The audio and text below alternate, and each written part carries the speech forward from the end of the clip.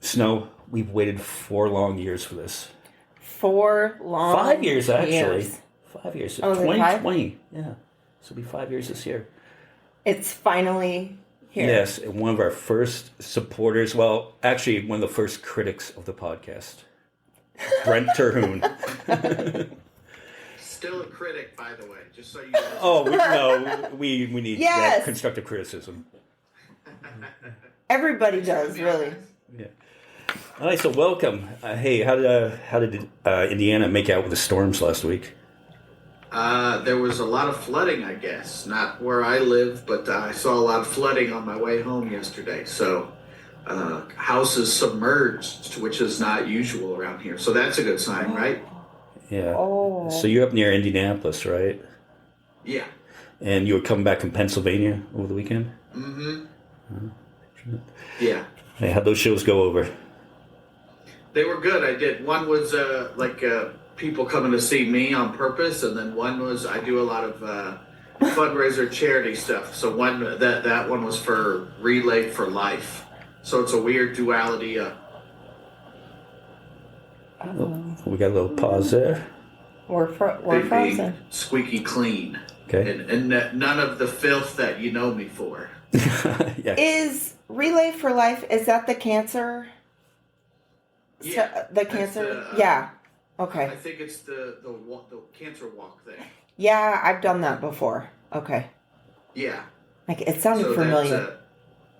it was a weird dynamic of performing at a private golf course type thing, and they're having raffles and trying to raise money for a good cause, which was great. Yeah, that's awesome.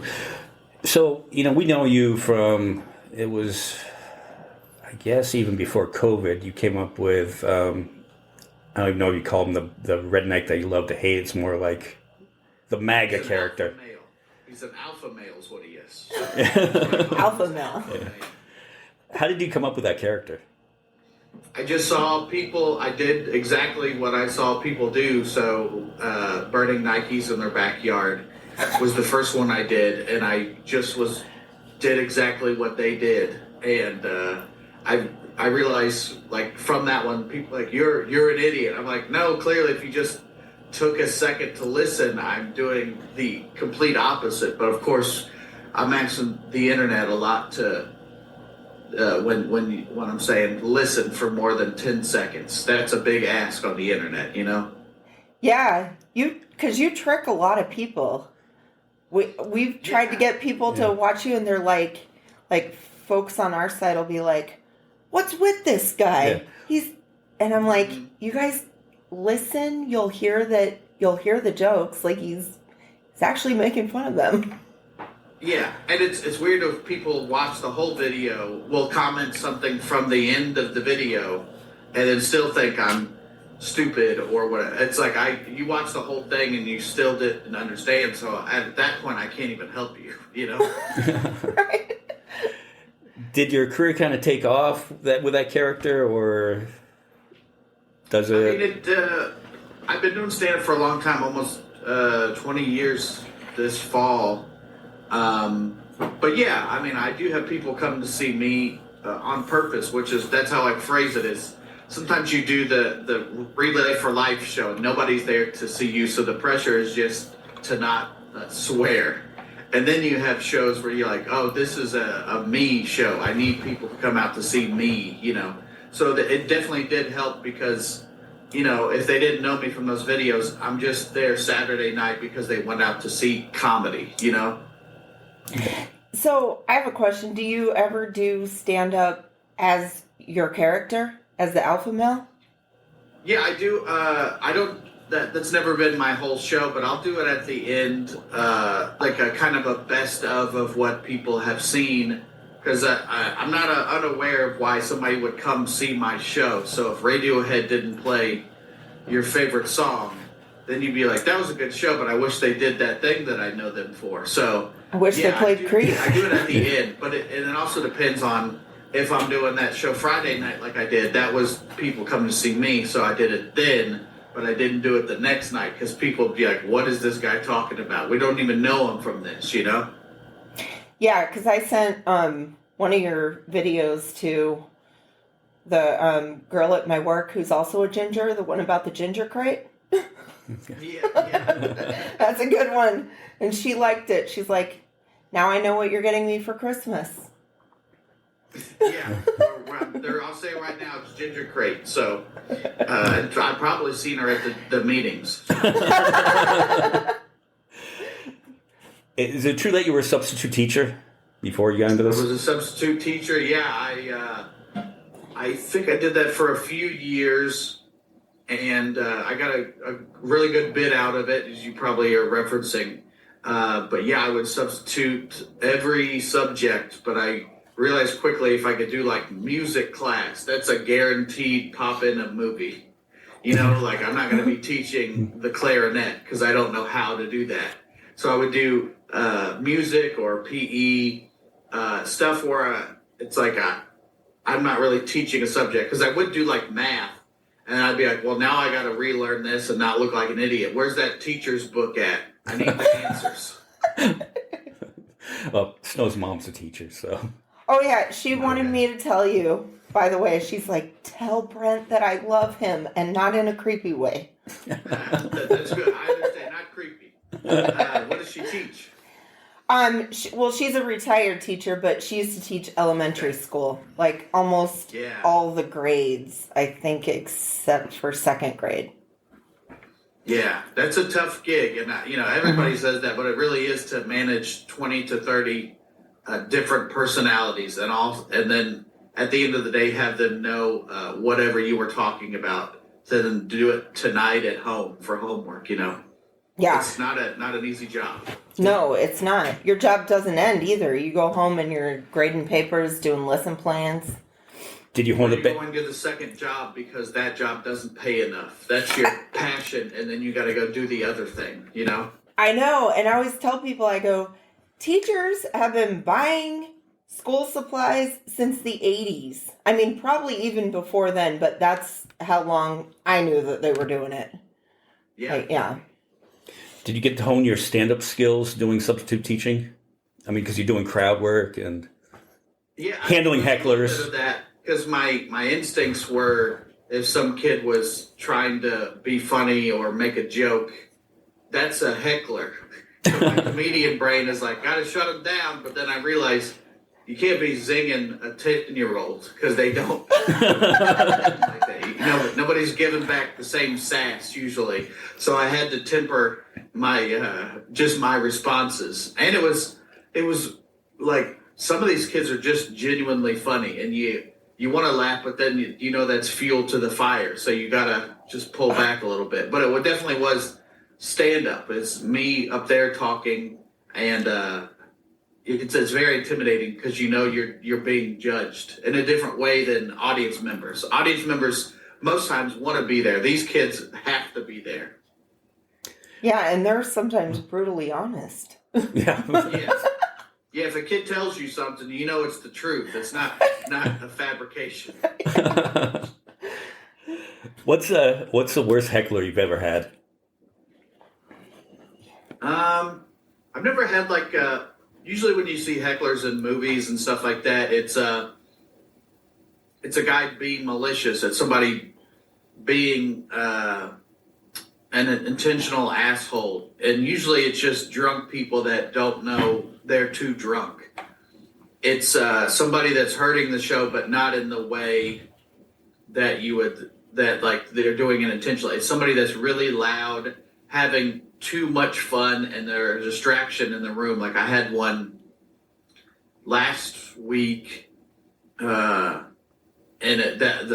first time in a long time. Of course, I had family at that show, so they got to see what my dreams are like as a drunk guy yelling. And then I engaged a little bit because you kind of have to, but it's also, he was so drunk that even my insults weren't reaching him. You know what I'm saying? He was knowing what I was saying, but he didn't know that they were insults. And eventually the one of the producers just came in and walked the guy out, and I let it just be very silent the whole time, and we all watched.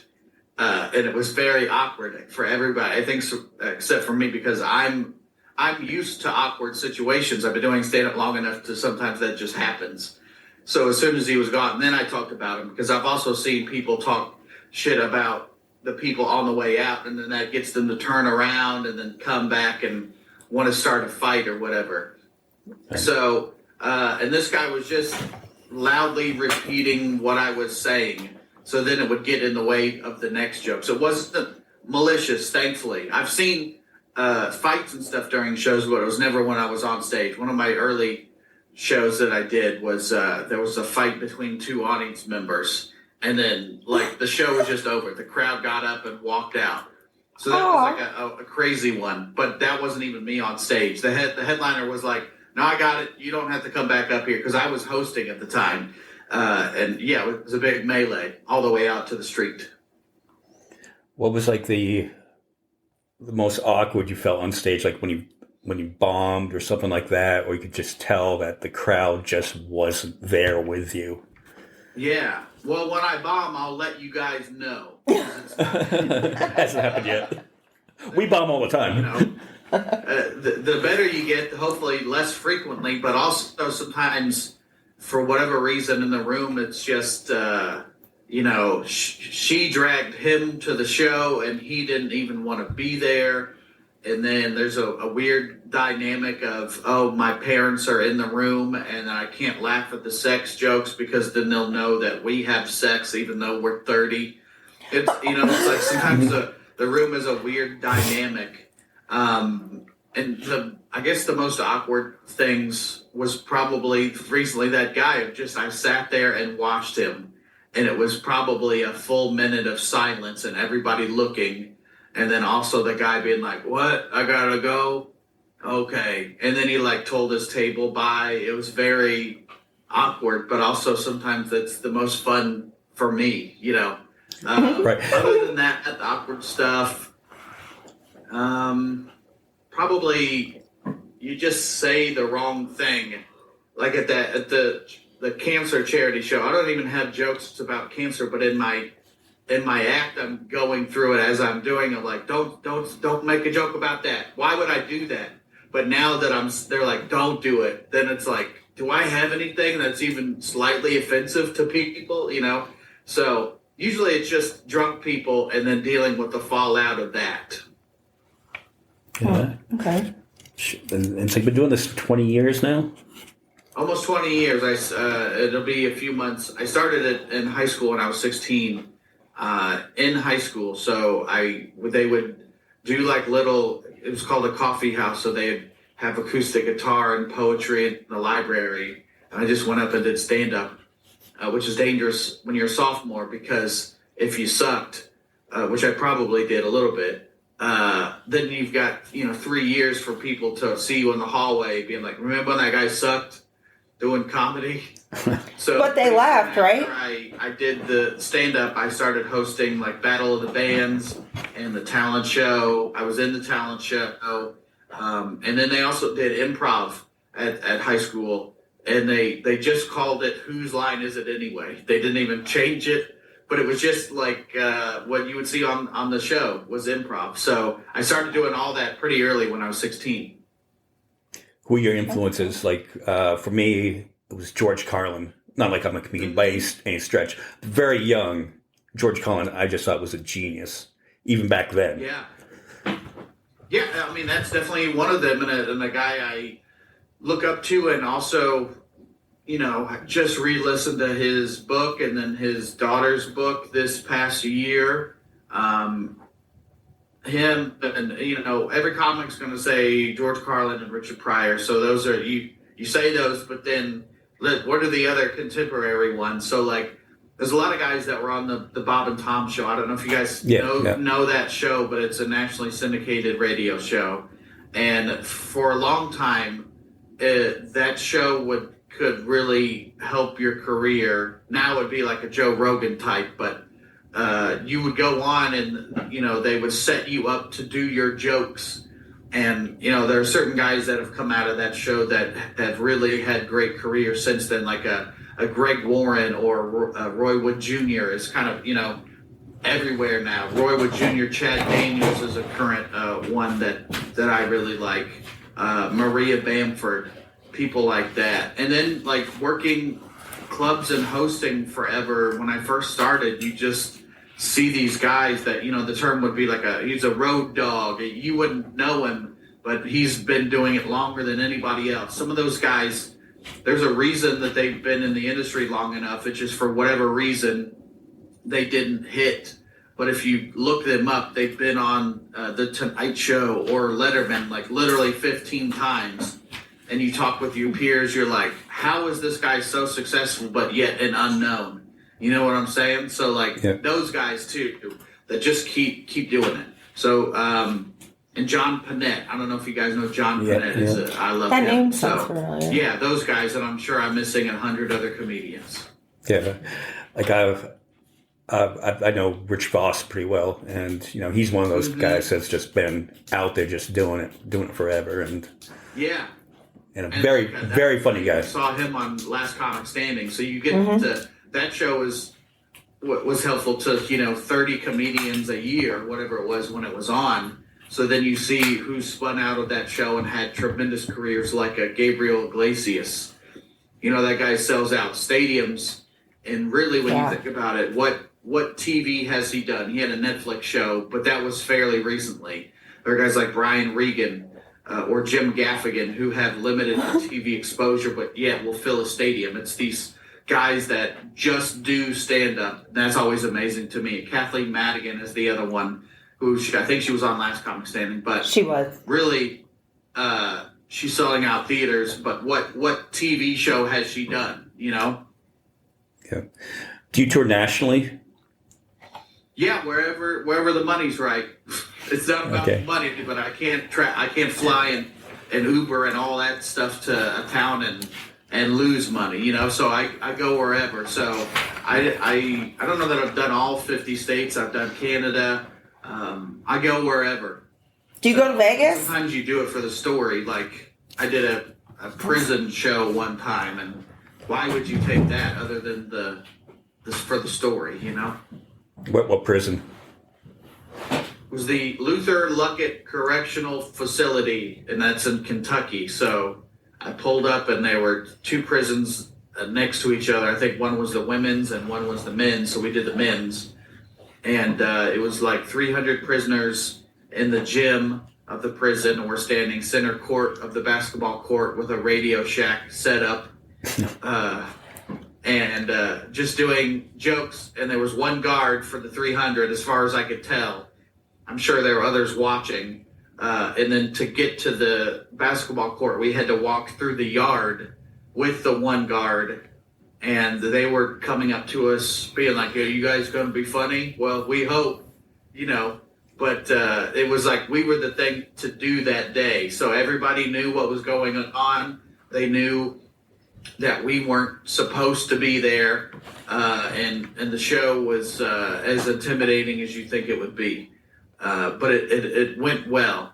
And the headliner was a guy who, he's a comedian, but he's also a theater teacher, and he teaches like prisoners. So he was very used to the whole system. So he did really well. But it was the show that was, you do it for the story, because you hear Johnny Cash performed in a prison, but you That's what I was forget gonna say. that Johnny Cash was Johnny Cash. Mm-hmm. You don't think that, you know, Brent Terhune, who is that? I was just a guy, you know. Hey, you were like the Johnny Cash of comedians, though. But I wasn't. Nobody knew who I was. But Johnny Cash wasn't Johnny Cash at that time, though. Was he So, already... so once you blow up, you know, there you go. like, was he already famous when he started... He when he was doing the prison thing? Yeah. Oh, Yeah. okay. Yeah. Okay. So I couldn't remember. And I've done that. I've done a nudist resort. I've done... Wait. How was that? They were naked. We were naked. But I mean, how... That's like going in front of... Pretending like the audience is naked, and they are. So... Okay, this might help. Was it easier? This might help the visual. What city was it? It was in Michigan in February. So Okay, well, that explains it. shrinkage is real. Yeah, it was one of those where it was a nudist resort, but it was very much a campground. It was a lifestyle place. So you're not just setting up camp if you don't know what this is, And everybody couldn't have been nicer. And it was one of those where me and the other comedian were there, and everybody knew we weren't one of them. It was very much the prison type aspect, and they gave us the tour of the place. They had very, very few rules, but the one was you had to be naked in the pool. You didn't have to be naked anywhere else, but you had to be naked in the pool, and you got to put a towel down like it's the gym if you sit. So did you go in the pool? So you didn't perform naked? Yeah, did you go in the pool?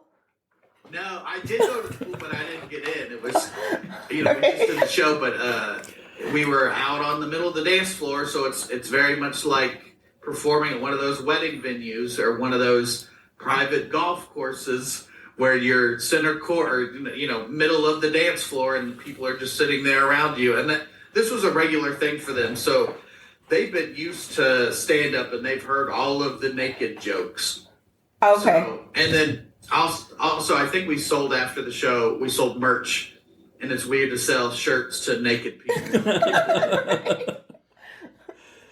Well, if you ever get out west, I'm sure you've been to Vegas. We're opening a theater here in Kingman in the fall on about 300 seats. So, well, we're not, but Kingman is. Not us personally, but we'd love to have you. No. Yeah, us. Yeah. I've been out to. It was Arizona, right? Yeah, Kingman.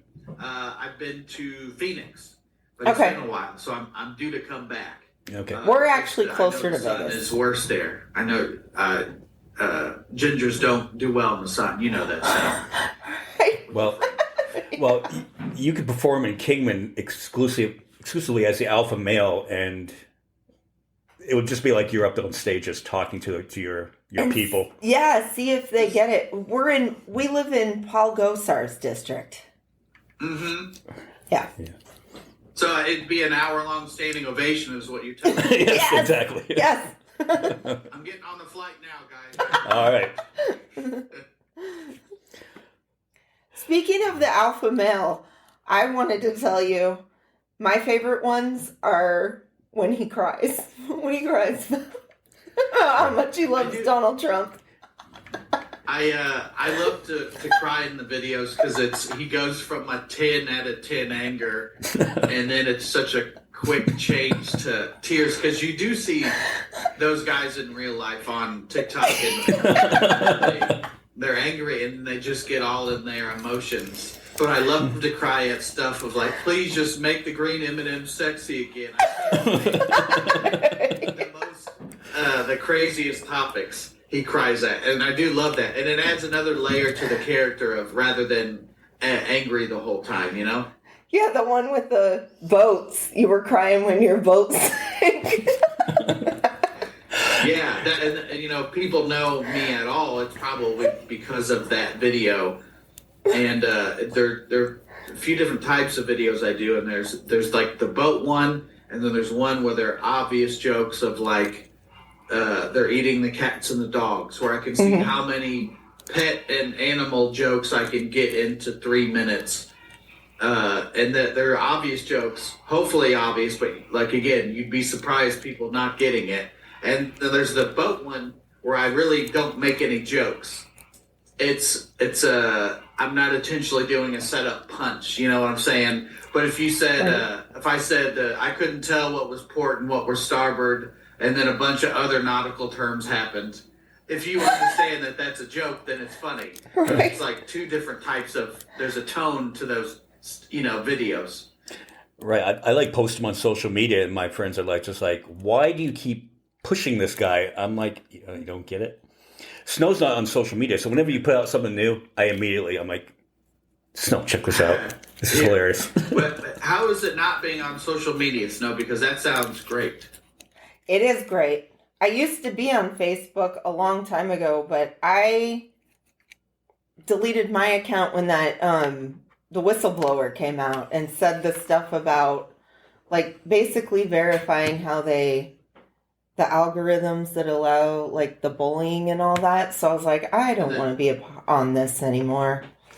Yeah. So, was that the only one you were on? I'm still on Instagram, but I never go on there. I mean, I have the app, but and I think today I got put in timeout on Nextdoor. I went on Nextdoor because they at least have stuff on there like local people who do yard work and stuff, you know, that promote their businesses. But I couldn't help myself and I put a meme on there and I think I got thrown into timeout. Well, you have to say what the meme was. Oh, it was the meme where it's got all the MAGA people out in front of the Rena Center and it said, MAGA standing in line to rent a lib since they can't afford to own one anymore. Yeah. Mm-hmm. That's funny. Yeah. I do like that Nextdoor has become your social media. It's like Facebook for old people. And that's a weirder social because you know it's based on your location, so you could just see that person at the store. I saw that meme and I don't like it. In general, rarely are you going to run into somebody, but you could be in line at the store and be like, "I saw that. I didn't appreciate that." Well, I love that. Well, Snow like everything is a social media platform kind of now. Right? Snow trolls people in real life. What was the shirt you wore into Walmart a couple of weeks ago? Oh, it said, I hope you get exactly what you voted for. Mm-hmm. Yeah, because only would you get mad at that if you know, it's like you decide for yourself if you get mad at that shirt. Did you get any looks? I got a ton of dirty looks, but nobody said anything, and my mom was all worried. She's like, well, be careful. You live in a town of psychos. I'm like, when I got home, I was like, everything went well. I got a ton of dirty looks, but they didn't say anything because they didn't have their keyboards in front of them in order to say shit to me. You know? Yeah. The bit you do about wanting to be a Bigfoot hunter, did that come from your childhood or anything like that? Like being like when I was a kid, I was like a big into the Loch Ness Monster and Bigfoot and stuff like that. Nessie. Over my shoulder, it's hard to tell. It's kind of in the dark, but I got the video of Bigfoot crossing the creek bed. Right. Yeah. It's called the Patterson Gimlin film. I met one of the guys at a horror convention. They had like a weird cryptid part, and I met him and got him to sign that picture because that was like one of the earlier scares that I got in my childhood was seeing Bigfoot on I think it was a show called Real TV where they were just one of those clip shows, you know, and it scared me for whatever reason. So I saw he was going to be there, and I was like, I got to get this guy to sign the picture, and we met him, got our picture taken with him. But yeah, I've always loved Bigfoot. I don't know that he's real at all, or if you want to be nitpicky, because the one in the video is apparently a woman named Patty, because you can see her breasts in the video is what they say. But yeah, we should have found one by now, especially when we all have a movie studio in our pocket. We should have found something.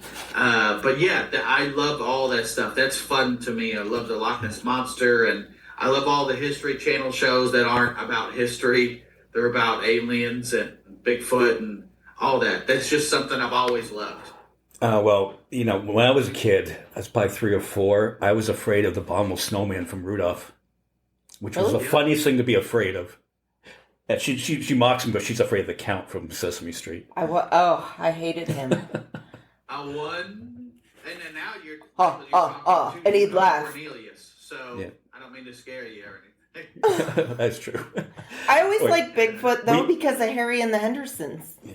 But we do have a Bigfoot story if you want to hear it. Our executive producer Ra Ray had an encounter with a Bigfoot. You know, she'll be in the picture here in just a minute. All right, we're going to send you a book. Let me get over here. Yeah, story time. Hey, Brent. Hey. So I have a story of Bigfoot. My brother is not a Bigfoot hunter, but he is a Sasquatch shaman. And he has been living with the Sasquatch for 20 years now, just as long as you've been doing stand-up comedy. And every year or so, I'll get a message from my brother, a new story about what's going on in the Sasquatch world. So I wanted to share a little story with you. Yeah. All right. The Forest Kids. The Forest Kids woke me a little after 3 a.m. just 7 hours ago. The first kid's call sounded somewhat like a mountain lion cub's chirp, but musical, akin to a tropical bird. The second kid's call was so unusual, I can only compare it to a lemur or a capybara chirp. The third kid's call was almost familiar. Imagine a young fox getting bombed by a great horned owl and the alert that fox would issue. It was slightly musical like a gibbon and slightly pretty like a peacock. The kids each made their call about 8 times, while the first 2 kids calling over each other's calls as though they were competing. As soon as I laughed out loud saying, "Did you guys just get back from jet set and vacation to a South American jungle? Now you're back to show off your new talents?" The third kid answered with 1, mind speak, something like that. 2, heartfelt love, what some refer to as a zap, or more accurately, kundalini. 3, and his odd fox cry, all at once and at the same moment. He repeated his call, inviting me to mimic like a young mother might repeat apple juice to their toddler. Apple juice.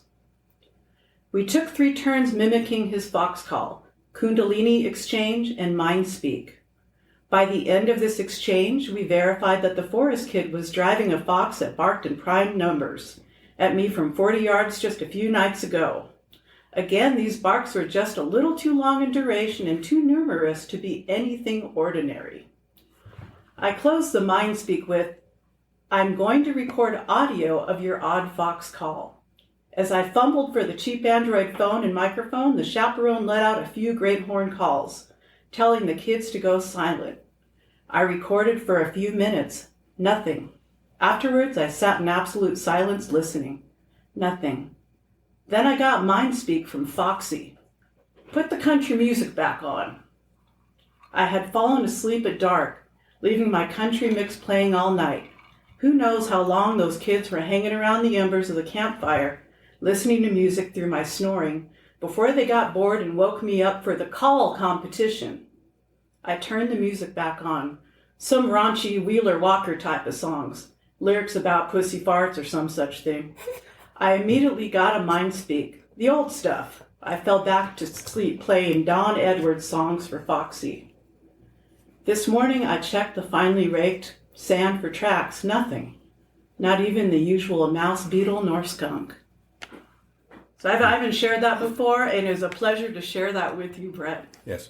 And we're going to send you a copy of her book. And I'll send you a copy of my book here, Weird Kingman. Please. All about UFOs and Sasquatch. And Kingman. And the weirdness of Kingman. Mm-hmm. Yeah, I like that. Yeah, and we could even, we'll come to West Coast tour. We can go looking for Sasquatch and all the weird UFO shit we got around here. Yeah, you guys are are you in the desert?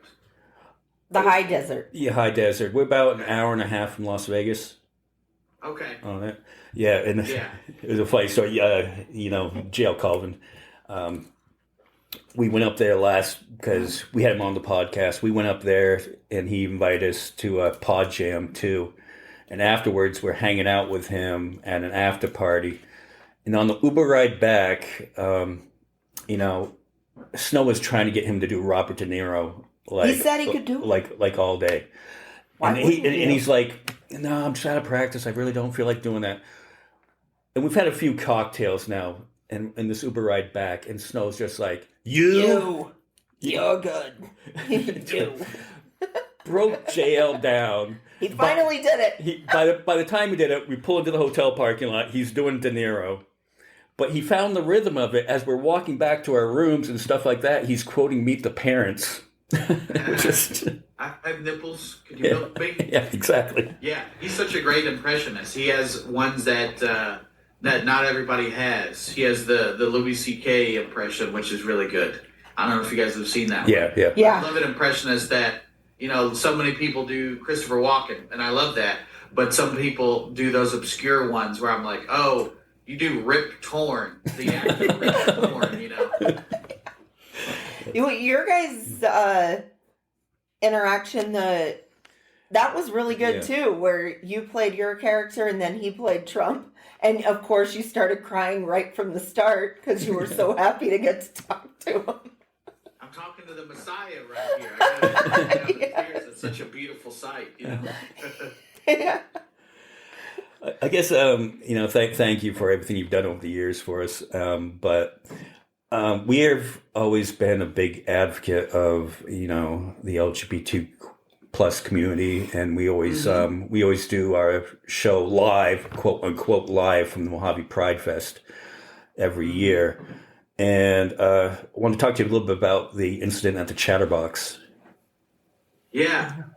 So people that are unaware, it was maybe 3 weeks ago at the time of this recording, 4 weeks, but there was the video from what I've seen. The lady goes into this. It's a bar called Chatterbox, which was on Massachusetts Avenue here in Indianapolis. So Mass Ave is kind of a theater district. And if people say, where do the gays hang out? I'd be like, go to Mass Ave. So this lady goes into the Chatterbox with a MAGA hat, and she'd already been kicked out previously, just seconds or minutes before. And now she's comes back in and is filming.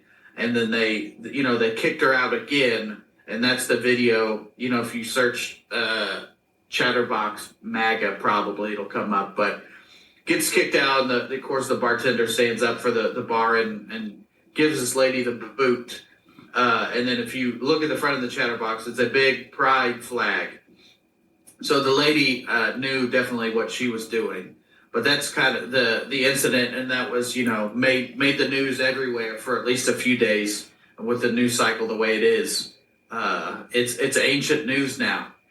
With 8 things have happened a day since then. But that was the incident. Is the lady got booted for wearing a MAGA hat, going probably to instigate, and she was using the wrong pronouns for everybody and just harassing. And as well as I do, if you guys have ever been in a bar, the people that are arguing with the bartender are usually sane and sober and polite. Yeah. Right. It was so great though what you did, making the video and sticking up for. Yeah, I will say you made us laugh in that actual video. We got like a little misty. I got teary eyed, and not from laughing on that one. Yeah. Well, I think what I said in the video, people need to hear, and who am I to do it? But I do have a platform, so I like to use it for good. And that kind of stuff happens all the time. It's just we don't have video footage of it. Mm-hmm. And then the LGBTQ community deals with that all the time, and sometimes they probably don't feel like they have people on their side or friends or people that care. There's a high suicide rate in that community, so I think it's important to just let people know. And also if you have a lot of hate in your heart for those people, it's a possibility that somebody that are gay and that you don't know because of the way you act. So I just think people should rethink their actions and their words, especially when you're putting it in concrete on the internet, which is forever. Right. Yeah, and you're a big supporter of the Trevor Project. Is that the right? Yeah, the TrevorProject.org is a thing where you can go if you're an LGBTQ youth. So if you don't have people in your life, if your parents they'd give you the boot if they knew you were gay. It's a place you can go for 24-hour support, call, text, email. And I was just on the site, and I thought they had a really fun feature I've never seen. But if you tap on the screen 3 times, the website disappears. So if you have somebody that walks in the room and you're on the gay site, you're not supposed to be, you can tap the screen 3 times and it'll disappear, which I thought was a cool feature. Yeah, that is. That's cool. Yeah. I guess we'll end this with your big horror movie buff. Yeah, what has favorite scary movies, both you guys? When I was a kid, The Shining scared the shit out of me. But now watching it as an adult, I find it more humorous more than anything. Like Jack Nicholson's character was just funny. As far as scary, man, I think the last movie that scared me was, I think, Signs, the one with the aliens. And the M. Night and them, Shyamalan. yeah. There's a good scare in that where you get to see the alien just quick. Yeah. And that's all you need is that quick interaction with the alien. It's kind of a jump scare. How about you, Snow?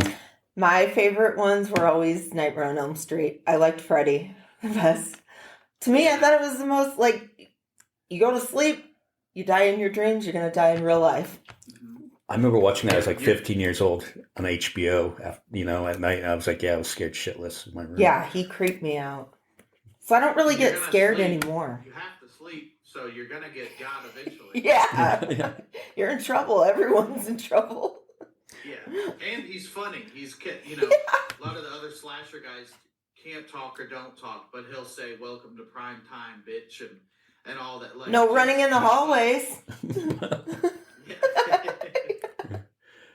What has come out over the last couple of years that you would recommend? One I just saw last week for the first time. I watched it for my podcast. It's called "They're Coming to Get You." We do an episode a week about a horror movie. We pick a movie and, of course, watch it and talk about it. It's me and another comedian, and we try to make it funny. But The Substance, which I hadn't seen yet, but it was for Oscars or something like that. I don't remember. But it's body horror, which I'm usually not a fan of. So when teeth and fingernails start falling off, I'll watch them, but that's not my go-to thing because I'm paranoid about my teeth falling out. And not necessarily my fingernails, but, stuff falling off your body when it shouldn't. That one was really good because it kind of, she takes the substance, Demi Moore takes the substance, and then you get a younger version of her. And, of course, in true horror movie fashion, it goes wrong. But that's been one that I've really liked. And then Hereditary and Midsummer are ones that I really love. Tony Collette in Hereditary was a terrific performance. So those are the ones I like, but there's rarely any that I'm like, oh, I hate it. So Hellraiser, I hate Hellraiser, if that rings a bell with you guys. I remember Pinhead. Isn't that his name? Yeah, Pinhead, that's the guy. Yeah. I hate it. Don't like it. Hate him. Did you watch the Saturday afternoon Monster Mash movies, like the Godzilla movies? I like I just like the hokiness of it too. So those old 50s movies where they're like, we're shooting this week, and then next week the set will be something else. So make it quick. We got to get through it. I love the old classic ones too. Did you see the remake of Godzilla, the Japanese version, the Toho? Yeah, I did. That one was great. I hated it. You got to read so much. No, I did like it. I thought it was great. And of course, Godzilla movie is usually not about Godzilla. It's about the people. And so every zombie movie is not about zombies. It's about the people. So if you can tell a good story that way, I love it. So I did think the new Godzilla was really good. Yeah. What's your all-time favorite, though? Yeah. Horror movie. Do you have one? Can you pick one? Is it Frankenstein? Is my favorite. Frankenstein? No, it's Halloween. Oh, Halloween. Yeah. Oh, okay. Yeah. I like your studio, though. That's the new 2018 one. Oh, okay. And I haven't seen that one. There you can see a bunch of stuff, too. But I collect a bunch of horror toys and stuff. That's a cool studio. Yeah. It's a fun thing when I go on the road. If I've been to the city before, I have my spots that I like to hit up, and it's something fun to do on the road that also is expensive, which is great, guys. I just love it. Yeah. Spend a bunch of money. I know. I mean, our studio's kind of a little similar, but we may have a drinking problem. If you see me honest. I don't know if it's a problem. You guys seem to be fun. It's a solution. But yeah, you go to where do you guys get you have a bunch of drinking signs behind you. Do you have spots where you get those? I've just collected them randomly over the years. Just anytime I would go to an antique shop or any kind of little shop that had them, and I'm like, oh, I gotta have that one. I don't have something like that yet. Yeah, I can't tell all of them, but it looks like American pickers would buy some of those, the good vintage looking ones. Right on, in case I ever need to unload some. All right. Yeah. I'll give you half the value for it right now because I got to sell it in my store. So that's what they do. Well, yeah, right. Halloween is my favorite, but I also love those classic monsters. The Invisible Man is my favorite of like the Universal horror monsters, and he doesn't get enough love. So, and rightfully so. He's a terrible person, but I do like the character a lot. Yeah, well, I think we're going to keep drinking over at least next, 3.5 years until this thing ends. But oh, you think it's going to end in 3.5 years? we're being optimistic here. Yeah, we're optimists. Yeah. We still believe in democracy. Yeah, well, let's hope he does too. But So we'll see. the one thing that does get us through this, and we do mean this sincerely, is your videos. It's just something to make you laugh at the end of the day after all this craziness, reading these headlines. And then about 4:00 in the afternoon, you'll put up one of your videos on social media and we're just like, oh, It's the best. that's awesome. So It's cathartic for me as well to process it into humor. And I do get a lot of people that come up to me at shows and say, "You got me through COVID," or "Thanks for your videos," what you said, and I think it helps people, but also it helps me to at least put some laughter on the madness. And it's you could laugh or cry, and I know we've done our fair share of crying, but laughing definitely helps you get to the next chaotic event. Yeah. well, again, thank you very much for everything. Hope to have you on again thank you. sometime. And whenever you're Phoenix, Arizona, Las Vegas, hey, we're going to come see you whenever. Yeah. So I hopefully know it's sooner than I want to later. go to a show, and I still got to go to Indiana. Do you perform there a lot, like around town? Yeah, I do spots around, so you guys can always hit me up when you come to Indy, and if I'm not here, I can direct you to all the spots at least. There's a lot of good bars. The Slippery Noodle is like the oldest bar in the city, I think, and it's just blues. It's I think they have 3 stages of blues going on a night. So, or the Chatterbox is Cool. another good one. Yeah, I want to go there. But yeah. Yeah. I'd been to, because my work's based out of Jasper, Indiana, so I'd gone up there for it was a NASCAR Indy weekend, but they had the Indy cars all the same weekend, and just to step onto that racetrack was just my little 8-year-old self was kind of like, oh my God, I can't believe I'm here in the history of that place. You've done it more than I have because I'm in the wrong city. I don't care for racing or football or anything, but it's I've been to the track before, and it is a spectacle for sure. And it's one of those things that, like, if you travel, you could be like Indianapolis, and they're like Indy 500. I'm like, yeah, that's the thing that we're known for, So you mean to tell me you're not a Colts fan? The character is a Colts fan, for sure. Okay. But if we're cheering, sure, it's the Colts. But He deserves the misery then. What's that? He deserves the misery then. He deserves, yeah.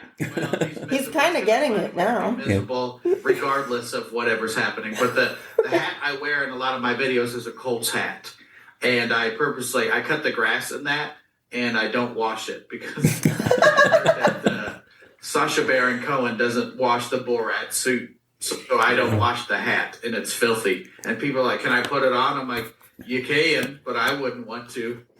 Oh, speaking of Sacha Baron Cohen, we'll end on this because it's the Kingman thing. Do you remember This is America? This is America. He did like for His show? Showtime. Yeah, I remember that it happened, and I think I had it saved to watch, but I haven't seen any of it yet because I like what he does. He does one where he wants to build a mosque, and it's actually Mojave County, and you watch that, and the people in this video are like the alpha male guy, but serious. And that, if you want to know what Kingman is like, watch that episode. Kingman got outraged over it. The mayor at the time made a video. This so-called comedian's gonna come in here and make fun of our town. It's like, Yeah, well, you guys do talk like that. yeah, I'm sure I'm sure there was jokes and making fun, but also you guys were just who you are. Mm-hmm. And, you probably didn't like that he showed the rest of the world how you actually are. That's another right issue with you, so. Yeah. Well, yeah, because I told him, I go, what do you guys walk around this town with your eyeballs poked out? People do act like that here. Yeah. He's just showing everybody else. So. Right. Yeah, I'm going to have to check that out. Yep. All right, well, we'll let you go. This is, we've wanted to have you on since the beginning of this. We just never. Since we found out about We him. never, for whatever reason, it's too timid to ask. Yeah. Just all you got to do is ask, and I'll probably say yes. So. Yeah. Despite listening to us, you did say yes. Right. Yeah, now I'm regretting every decision I've ever made. All right, well, thank you. Thank we you. appreciate all you do. Guys, good to All right. talk to you. Good to talk to you Soon. too. Thanks, Bye. guys. Bye.